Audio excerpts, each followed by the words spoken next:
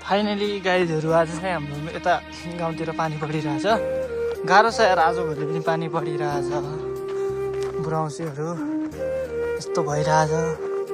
उता एकजना काम गर्न आएको, पानीले स्थगित भएर एकजना उता झाडमा बसिरहेछ। एकछिन म देखाउँदै गर्छु है त गाइजहरू है।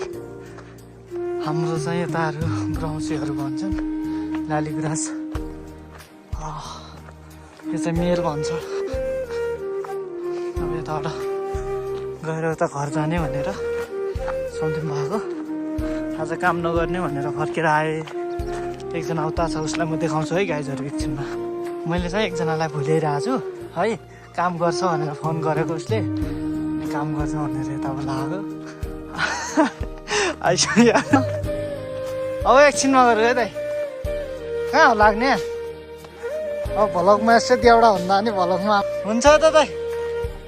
जाऊ मैले चाहिँ यसलाई भुल्याएर यता बोलाएको गाइसहरू है।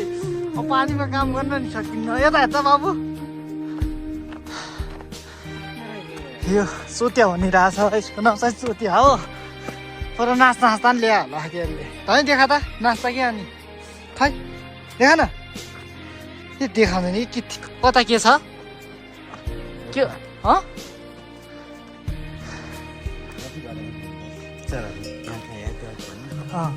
यातायात अरे कसका खच्चर हो नि थाहा छैन, खिच्चर। यता देउ बजाइछन्। हाम्रो गाउँ चाहिँ माथि। यो चाहिँ 7 लाखको 1.5 लाखको लाग्छ। यो टोयलेट हो गाइजहरू। यो 7 लाखको। त्यो हातमा समातिया आयोडिन नुन्नु भयो। यो चाहिँ हाम्रो कुखुराहरू, लोकल कुखुराहरू। यो चाहिँ स्यालको फेला पर्छ। अब धाराको नमुना